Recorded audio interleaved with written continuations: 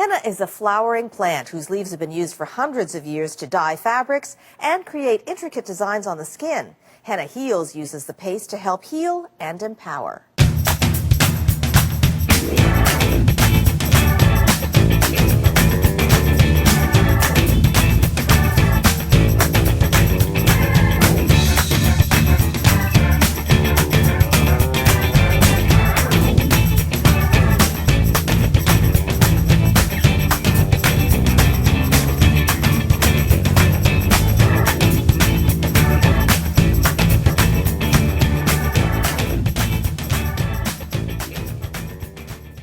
Hi everybody, my name is Fran. I'm the founder of Henna Heals. And I'm Tarquin. I'm one of the henna artists at Henna Heals. And today we're going to show you a video of me doing a henna crown, and I'm going to share with you some of the tips and tricks of the trade. But before we do that, we want to make sure that you're all on the same page. Whether you've been practicing henna for over a decade or if you're just new to henna, we want to make sure that you're all aligned on our terms and conditions and our health and safety requirements. So to take it from here, we're going to see Olivia and Kyla, who are going to guide you through our Henna Heals henna paste recipe.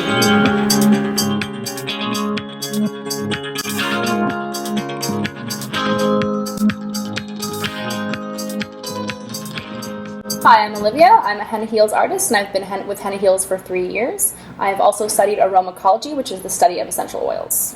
My name is Kyla. I have also been with Henna Heals for 3 years, but I've been practicing henna for 8 years. Today we're going to be going over how to make our Henna Heals recipe for henna paste. So before we get into our mixing video, we like to talk about a couple big henna no-nos. This is our henna no-no. You are not allowed to use any of these pre-made products at all on anyone. They are not safe. They are unregulated, they have no ingredients, they have no expiry list, we don't know what's in them, and when we're dealing with people with compromised immune systems, you cannot take chances. Let's do a smell test. So our Henna Heals recipe has a very lovely, faint smell of lavender and fresh henna. This pre-made cone, yuck, smells kind of like paint thinner. It's very toxic, gives me an instant headache. It smells like what you would get if you went under your kitchen sink, pulled all the chemicals out, and mixed them together in a bowl, which essentially is what it is. Burns your nose hairs, do not use it. We have an absolute zero tolerance policy for anyone that uses pre-made cones. For all Henna Heals referrals and activities, you must use our Henna Heals recipe, which we will go to now.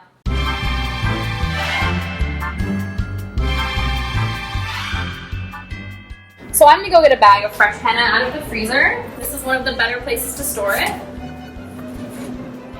This crop is from 2014. It is organic henna powder.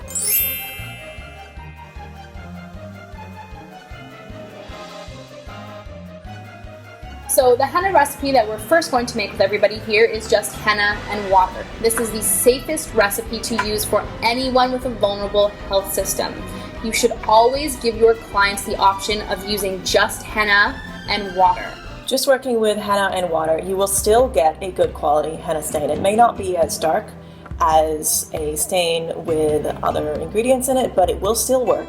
And the experience is what people are looking for. They're looking for a healing, comforting, kind of meditative experience when they get their henna crown, and this will still provide that, and they will get some good color out of it. The best thing that you can do to have a good quality color and a good quality stain is use fresh, high quality henna paste. If you use stale powder, it doesn't matter how much oil you put in, you're not going to get a good color. So if you start with good ingredients, you're going to have a good result. Same as cooking. So shall we go over the mixing of the henna? Everyone makes henna a little bit differently. I pre-sifted my henna. Well, actually I had Kyla pre-sift the henna for me. So we're going to mix the paste now. We're taking our half a cup of water to start. You may need to add a little bit more or a little bit less water. It depends on what region you are in. Hold on a second. For our new artists, I would just like to point out, if you are a new artist and you are not very comfortable mixing henna yet, I would suggest taking out about a tablespoon of the powder and keeping it aside, because it's very easy to overdo henna, and the only thing that's going to save a batch that is too runny is more henna.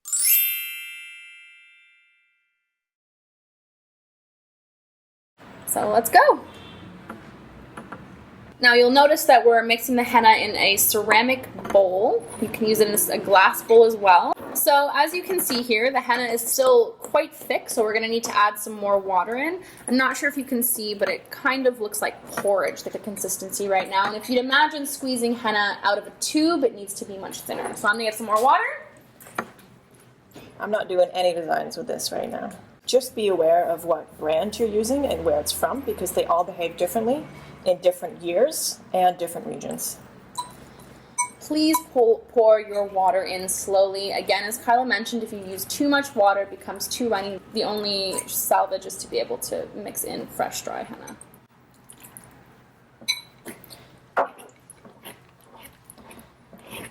So when mixing henna, you really just have to work at it. This stuff is sticky. Raj is particularly stringy. And a lot of people at this point just want to give up and say, there's something wrong with this henna, it's not working. But it's just about patience. Just work it and work it and work it. This henna paste is almost there. You can see that it's starting to get a little bit stringy. So we're just going to cover our henna paste here with some saran wrap. So it's best to push the saran wrap as close to the henna as possible, not to let too much air in. It also stops the top of the henna from drying out. So we're going to let our henna dye release for anywhere between 8 to 24 hours. Water with henna tends to dye release a little bit faster than henna that has oils in it. So we'll put this aside for now.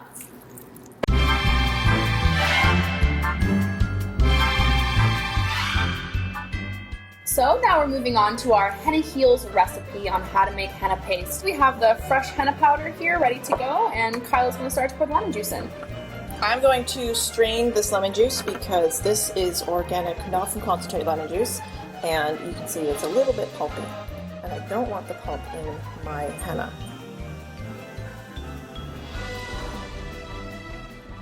We keep our Henna Heals recipe very, very simple. High quality lavender oil with less than 1% camphor. This has been the most studied oil.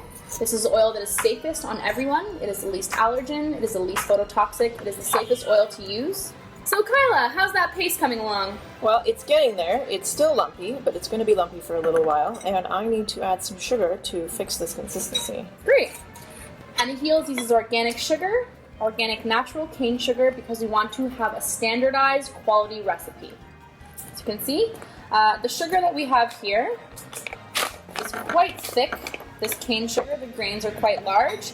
So Kyla and I have mortar and pestle the sugar, so it's much finer and it will mix into the henna much nicer. So I need to add a little bit of sugar to this recipe. You do not need to add sugar to your henna. It kind of depends on where you live and what sort of texture you're looking for. So we're going to add in the oil next. As you can remember, we have 50 grams of fresh henna powder, half a cup of lemon juice that was strained, which we added more into, and about half a tablespoon of sugar. Again, these are all dependent on the region that you're from and the climate there.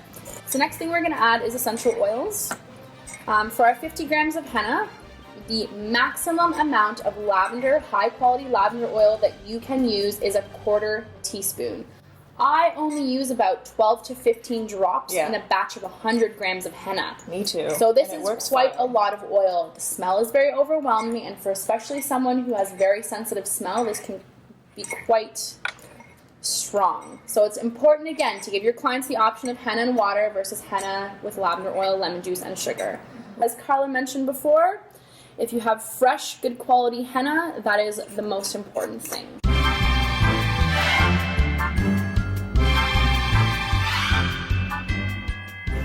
So now we're going to be straining the henna. You will need an apron. Some people like gloves as well. Yeah, this is true. A nylon. So you're going to put this nylon into a cup like so. Like you're filling a garbage can. Yeah. Remove the plastic wrap from the henna. I'm going to dump my henna into the toe of the nylon stocking. Mostly it'll just work its own way down, but you do have to be careful that it doesn't spill. So, new artists, the reason why we strain our henna is because it's got twigs and little woody bits and parts that are too thick to go through the tip of a cone or a bottle. So what you want to do is stick your nylon stocking full of henna inside of a plastic bag or a carrot bag, which are those icing bags. I'm going to grip it really, really, really tight. And this is where you get really messy. Pull your nylon through. Hopefully it all goes through very smoothly. The henna is going to be squeezed out of the tiny holes in the nylon.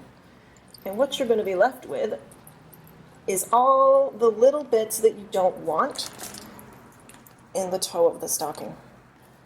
Now that our strained henna is in the bag, it is all done. We can put it into our jacket bottles or henna cones. You can also just toss that bag straight in the freezer and come back to it at a later time when you're ready for it. Now back to Tarquin with her Henna Crown tutorial and Henna Crown etiquette.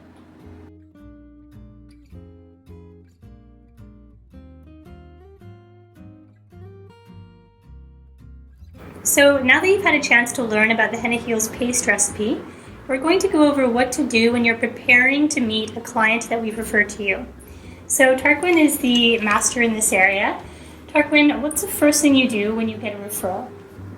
So I would either be talking to them on the phone or by email, and the first thing that I would let them know once we've decided on a date and time is that they need to sign the waiver form.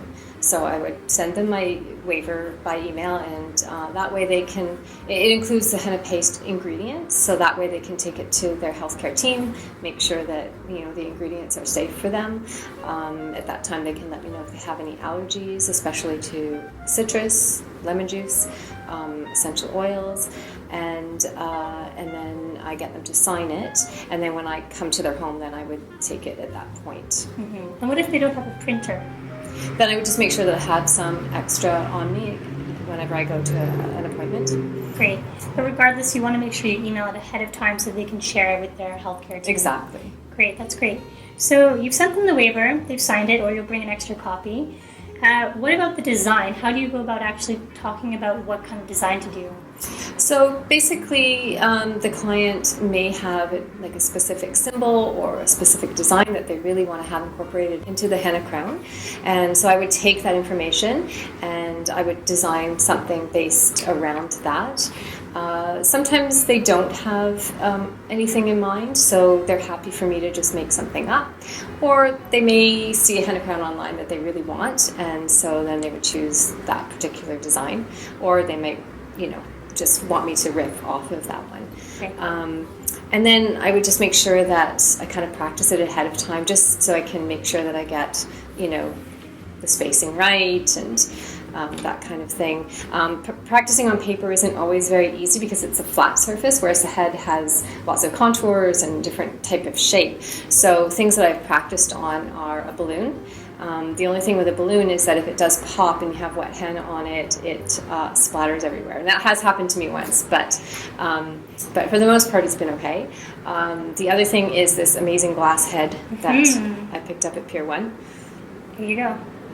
So it's really great for practicing on because you can, really get the feeling of a head and the position of the ears and how far down the forehead it would come and, all that kind of stuff. So it is really great for practicing on.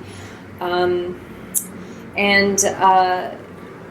only thing about it is that it is just a head. So one time we did a workshop here where we were teaching new henna artists how to do a henna crown, and we didn't have any models who were able, with bald heads, who were able to participate. So we actually got friends to put on bathing caps, and that way people who were just learning how to do henna on a head could actually figure out how to maneuver around a person. So it's good to have that kind of practice ahead of time if you can. So you practice your design ahead of time, you do your design ahead of time. Do you send it by email or beforehand, or do you show up with it and go make modifications on the fly if the client wants to make modifications? Yeah, absolutely. I would just bring it with me based on what they've told me ahead of time. And then at the time, they're usually quite thrilled with whatever I show them. But if there's any modifications that need to be made, then I would do that at the time. And that's the thing about doing a henna crown, is that you have to be a little bit flexible. And also, too, it really depends on the shape of the person's head. So they may have a slightly larger head than you expected, so you may have to add more to your design, or they may have a smaller head than you expect. Sometimes people can have very sensitive skin. So, I would just talk about that with them and give them the option of having no lemon juice and no oil in the paste and just water instead.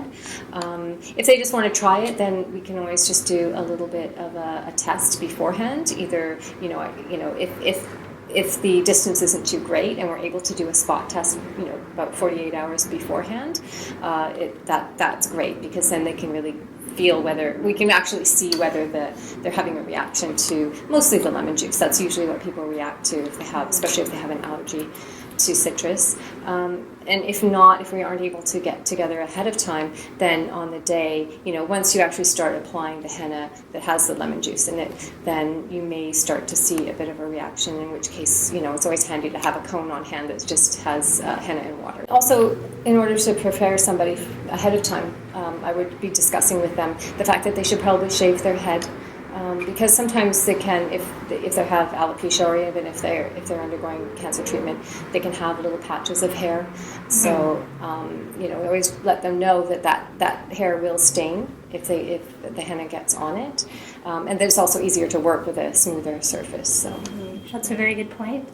At Henna Heals, we always recommend that people get a professional barbershop shave, but often, of course, people will have their friends and family members shave their head, which is fine.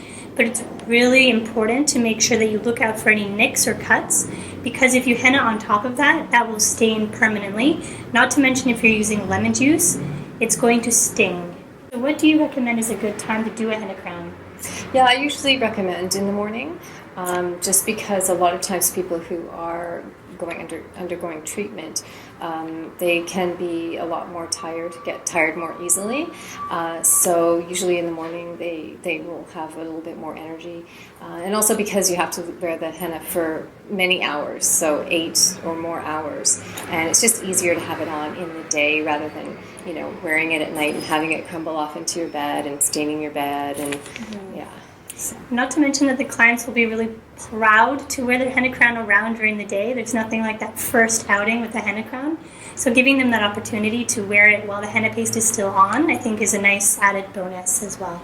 So what about health and safety in terms of germs, or if you're not feeling well, what should you do to prevent the spread of germs? Yeah, so I would just check in the morning to see how I'm feeling, make sure I'm not having any cold or flu symptoms, and if I am, then I would call them and reschedule, because I wouldn't want to bring germs into their environment. And also just I would want to call them ahead of time and just make sure that they're okay too, because people who are going through treatment can have bad days and not feel great. So I would rather do it on a day when they're feeling more energetic and feeling healthier. And also too, when I arrive at the house, the other thing is, of course, is washing hands and arms right up to the elbows, just to make sure that I'm not bringing in any germs from the outside.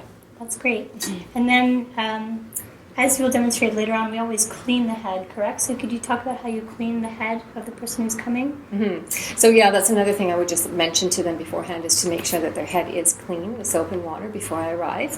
And then when it comes time to applying the henna, I would just wipe their head with some rubbing alcohol mixed with rose water or orange blossom water, something that smells nice, just with some cotton balls, and just sort of wipe their head just to clean it that little extra bit, especially because there can be some oils on the head.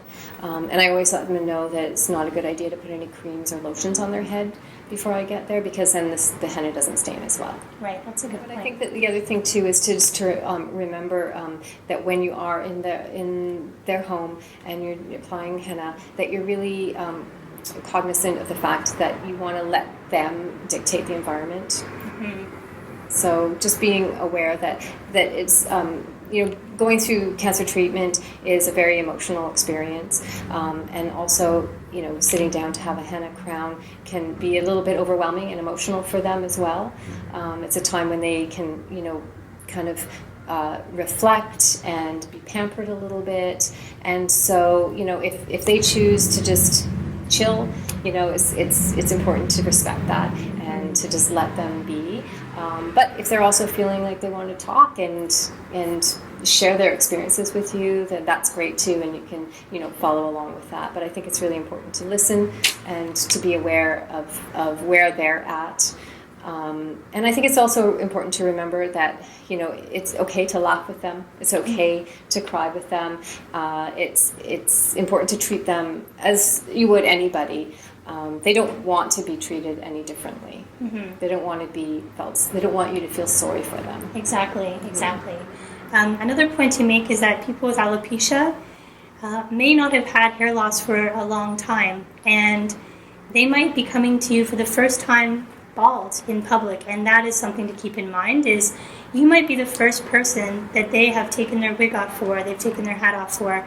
So you just want to be just very honoring of their experience and making sure to respect that.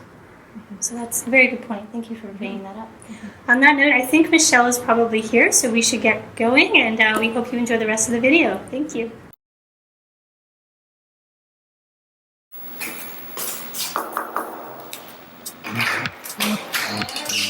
Hi, how are you? Nice to meet you. We're this way. We're this. Good.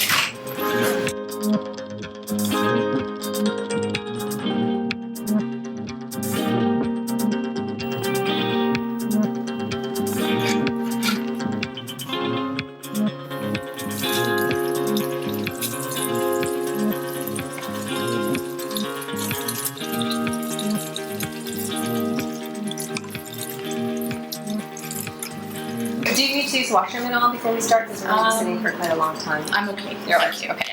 All right. So come and have a seat here. It's totally up to the client where they want to sit, what's most comfortable for them. And this is a very comfy chair, so you can see why she would want to sit in it. Okay. So before I start, I always, as I said, clean the scalp. She did clean her head very, very thoroughly before she got here. But sometimes there can be some oils and stuff like that on the top of the head. So I'm just going to spray a cotton ball and just gently wipe away some of the oils.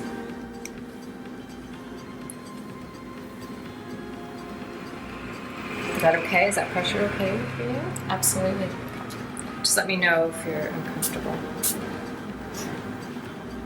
And throughout the whole crown experience, you know, just let me know if you need a break or you need to sneeze because you might move. Or, you know, you need some water. Okay. You have your tea there, right? Yes, I do. Okay. So generally, with people with glasses, we do recommend taking off the glasses so that you can henna underneath where the glasses would normally go. But in Michelle's case, she does need to leave the glasses on all the time. So I'm going to make sure my design works around the glasses. When you start a henna crown, depending on the design that you're doing, if you're doing a mandala I should say, which is a circular design that starts in the center and works its way out, you might want to get some kind of a template, circular template that you can use to start off the design using a watercolor pencil. So this is just a watercolor pencil and you dip it in water and you can draw on the skin with it and it just washes off afterwards. Now, when you are planning a design on the head, you really want to have a good look at the head itself, the shape of it, where the contours are that your design would look good on. And what I like to do when I'm starting a crown is to start at the very back of the head. So Michelle, if you could just turn to your left and look to your left.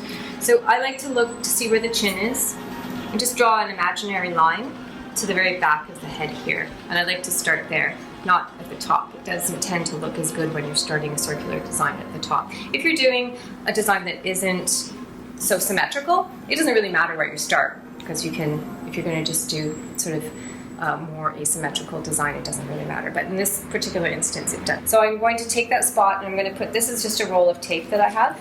It's got a nice, perfect circle. And I'm just going to rest it on the back of the head and then just draw a circle with the pencil. So this is a guide for me.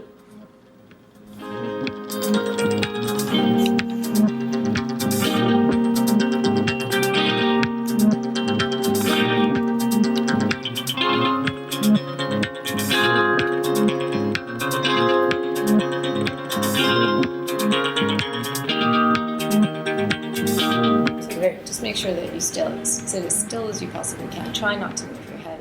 If you do need to, cough or sneeze or move, just let me know.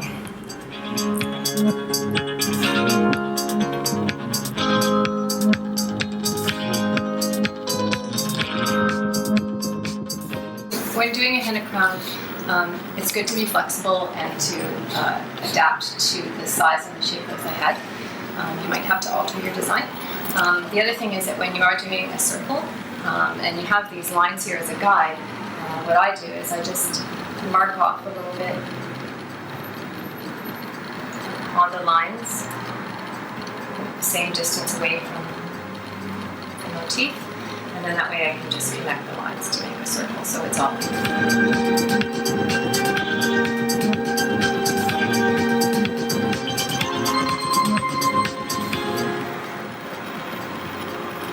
So actually this chair is very good for doing head crown because I can rest my arms on something to keep my hands and my arms stable doing the crown, because it's very difficult to have your arms suspended because it shakes very easily and you'll get wobbly lines.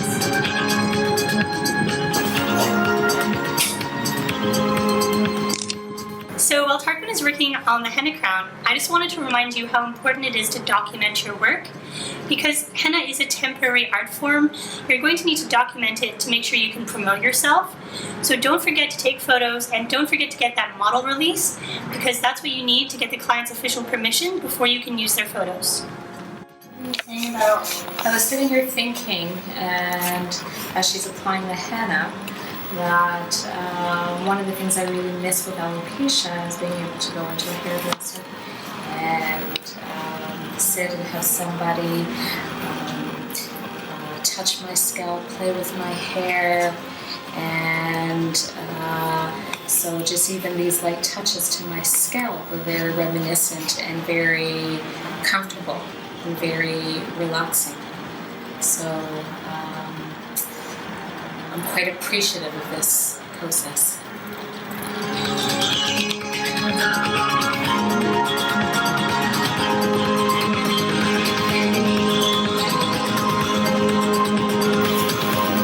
Alright, so when you're doing a henna crown, it's a good idea to use a fairly thick, bold line as opposed to a thin line. You can get that by just cutting the tip of your comb so it's a larger hole. Henna doesn't stain as dark on the head as it does on the hands or the feet, so using bigger, bolder lines will make the henna pop more and show up more on the head.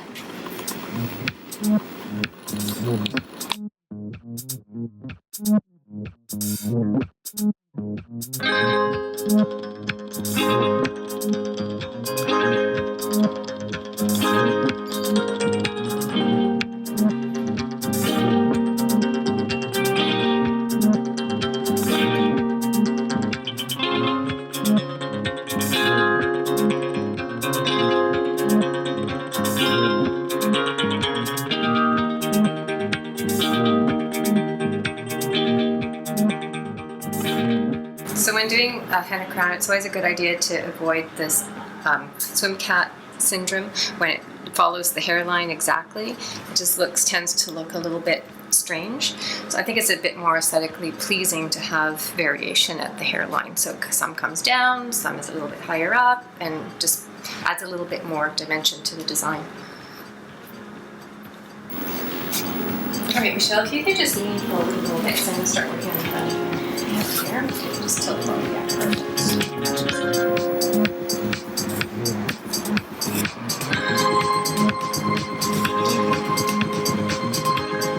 Some clients may be comfortable with it coming down all the way down to the forehead. Others may prefer it slightly higher up.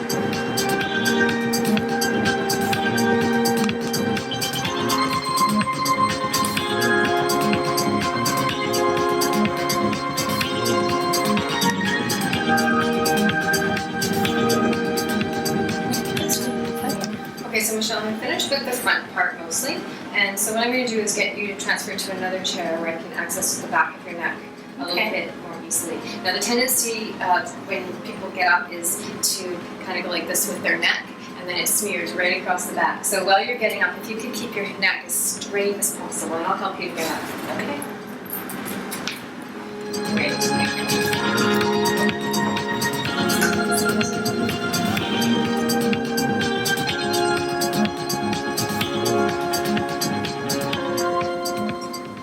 So those of you who are new to henna, you'll notice that this is the henna that I put on first, and it's very dry and it's also very black looking.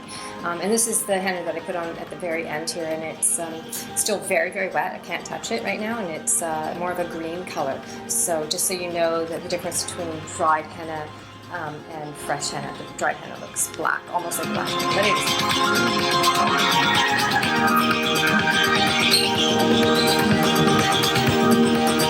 Okay, we're done. Great. You have a look? Yes. Just be very careful when you get up to your head and back. Okay. Yeah.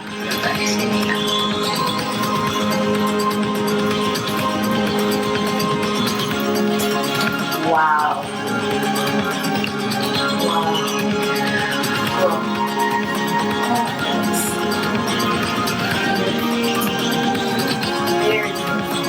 Alright, so one last thing is that in order to help keep, well, what happens with henna basically is that once it dries, it starts to crack and crumble off. But because you want to leave henna on your skin for as long as possible, you want to try to seal it onto your skin so it doesn't come off. And one of the ways that you can do that is with a mixture of lemon and sugar. Mm-hmm. So I usually take about a quarter cup of lemon juice and put it in a pot on the stove and gently heat it and mix about a teaspoon or so of sugar into the lemon juice until it's dissolved, and then you just cool it down, and then I put it into a spray bottle, or you can take a cotton ball and dip it into the lemon sugar, and then you just dab it all around, or in this case spray it on. And so you don't want to do you don't want to soak the area because it will kind of melt. You just want to do like a light spritzing, and you can do that about every hour or so throughout the day.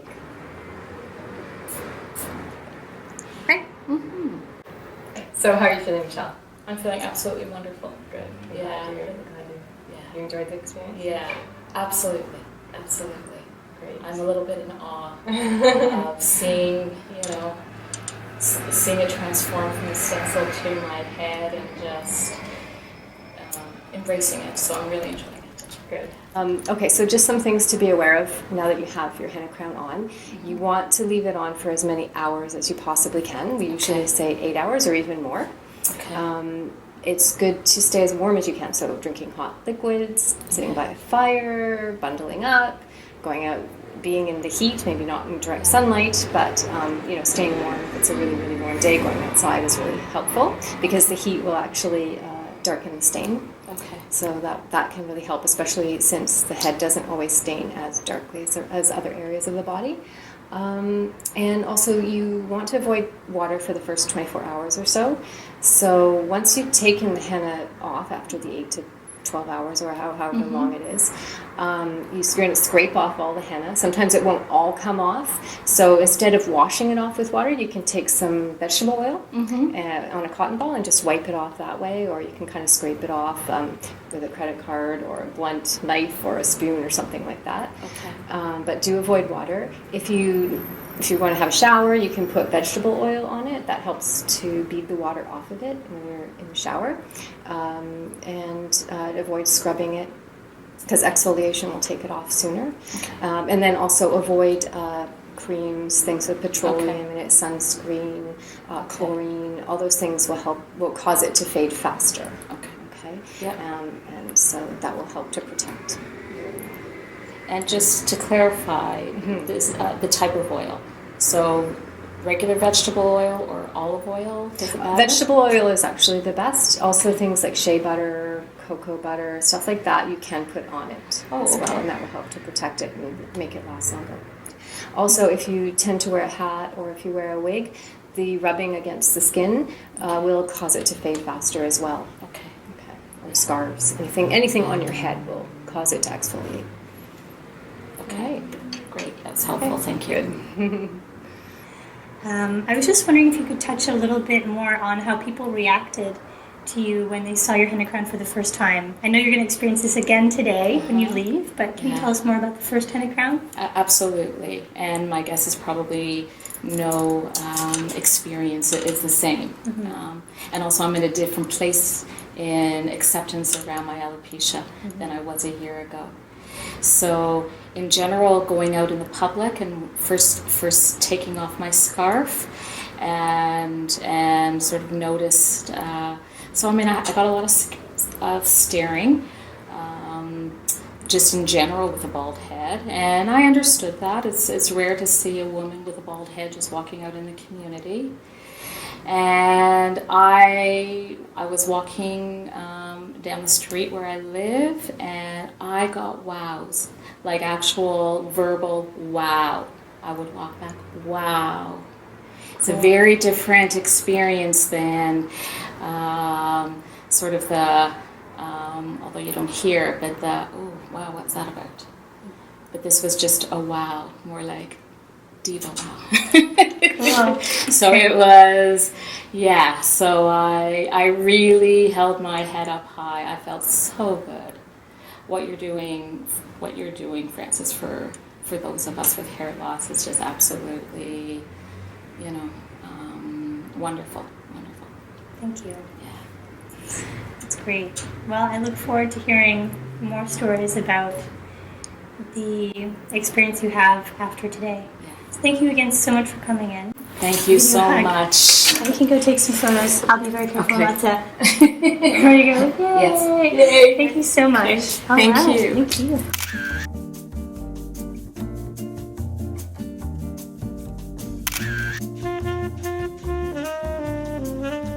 Thank you so much for taking the time to watch this video. Tarquin and I hope you enjoyed it. Bye! Bye!